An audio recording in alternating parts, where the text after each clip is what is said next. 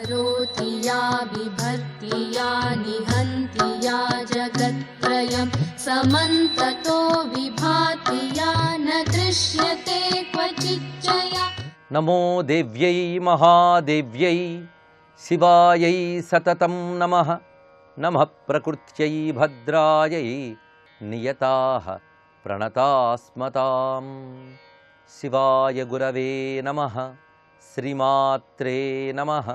श्री विष्णुरूपाय नमः शिवाय। श्री उमायै नमः। नूतन व्यवहार संवत्सर శుభాకాంక్షలు. కావ్యకంఠ వాసిష్ఠ గణపతిముని అద్భుతమైన తపశ్శక్తితో అమ్మవారి దర్శనం పొంది వివిధ శాస్త్రజన్యమైనటువంటి జ్ఞానాన్ని అనుభవానికి తెచ్చుకుని అనుభవాన్ని 1000 శ్లోకాలతో అందించారు.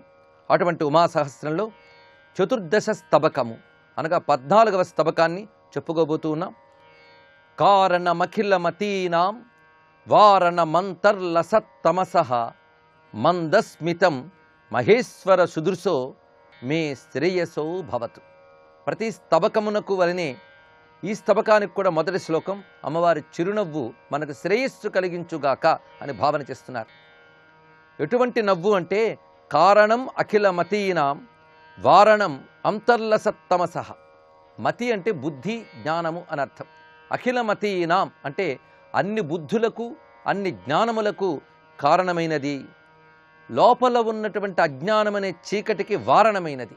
వారణము అంటే నివారణ, నివారించుట, తొలగించుట అని అర్థం. అన్ని రకాల జ్ఞానాల్ని ప్రసాదిస్తుంది, అన్ని రకాల అజ్ఞానాల్ని తొలగిస్తున్నది అయినా ఆ మహేశ్వర కాంతయేను ఉమాదేవి యొక్క చిరునవ్వు నాకు శ్రేయస్సు కలిగించుగాక అన్నారు. ఈ శ్లోకం చిన్నగా కనబడుతున్నా ఇందులో ఉన్నటువంటి ఔచిత్యం అద్భుతమైనటువంటిది. శ్రేయస్సు కలిగించుగాక అన్నారు.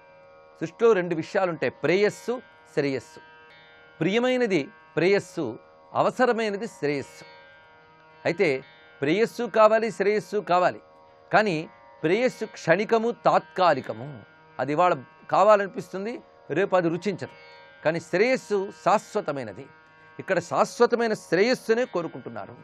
అందుకే అభ్యుదయం, నిశ్రేయసం 2 ఫలాలను వేదం చెప్తున్నది. ఇహలోకంలో లభించే ఫలాలన్నీ అభ్యుదయము, ప్రేయస్సులు. పారమార్థికమైనటువంటి ప్రయోజనమే శ్రేయస్సు. అలాంటి శ్రేయస్సు ఎలా కలుగుతుందంటే అజ్ఞానం తొలగాలి, జ్ఞానం కలగాలి, అప్పుడే శ్రేయస్సు అనేది లభిస్తుంది.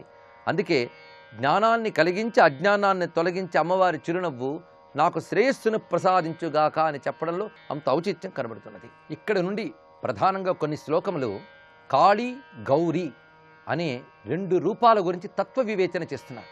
అద్భుతమైన తత్వవివేచన.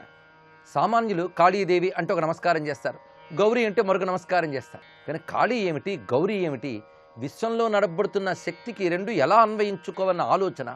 ఇలాంటి ఆలోచన చేస్తే అది నిజమైన ఆరాధన, అది నిజమైన తపస్సు.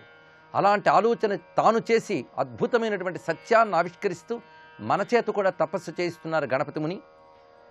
విశ్వతనుస్తనుగాత్రి వజ్రమయీ పుష్ప సుకుమారి సర్వస్య శక్తి రబల కాళీ గౌర్యంబికా జయతి.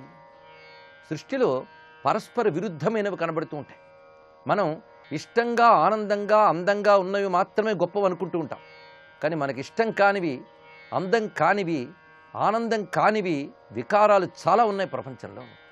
అవి ఉన్నాయి, ఇవి ఉన్నాయి. ఈ 2 కూడా ఒకే శక్తి యొక్క స్వరూపాలు. ఇది ఆలోచించవలసినవి. అలాగే పరస్పర విరుద్ధంగా కనబడేవి ఎన్నో కనబడుతూ ఉంటాయి. అలాంటి పరస్పర విరుద్ధ నామములే కాళీ, గౌరీ. కాళీ అంటే నల్లనిది, గౌరీ అంటే తెల్లనిది, నలుపు తెలుపు. ఈ 2 పరస్పర విరుద్ధములు. అలాంటి పరస్పర విరుద్ధ నామములు ఒకే తల్లికి మనకు గోచరిస్తున్నాయి ఇక్కడ. అలా 2 రకాల భావములు ఏవైతే ఉన్నాయో అవన్నీ శ్లోకంలో చూపిస్తున్నారు. విశ్వతనుస్తనుగాత్రి. విశ్వతను అంటే విశ్వమంతా శరీరము కలిగిన అమ్మవారు సన్నని రూపం ధరించి సుకుమారంగా గోచరిస్తున్నారు.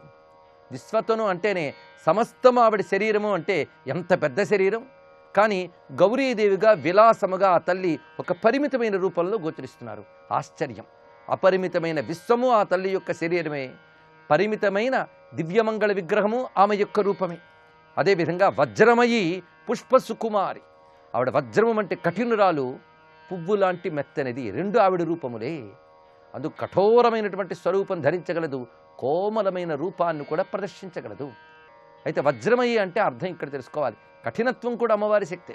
సర్వం శ్రీ కాళీ చరణారవిందార్పణమస్తు.